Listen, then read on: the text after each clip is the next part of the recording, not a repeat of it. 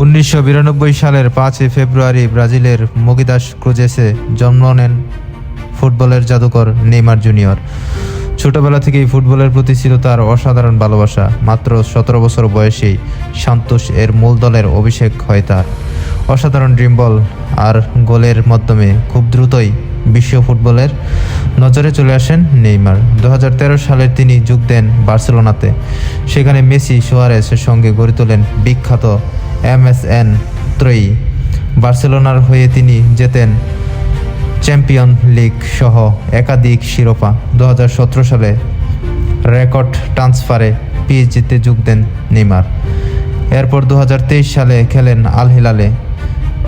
ইনজুরির কারণে ক্যারিয়ারের বারবার কঠিন সময় এলেও তিনি ফিরে এসেছেন। ব্রাজিলের হয়ে নেইমার হয়ে উঠেছেন ইতিহাসের সর্বোচ্চ গোলদাতা। কিন্তু বিশ্বকাপ জয়ের স্বপ্ন অপূর্ণই থেকে যায়।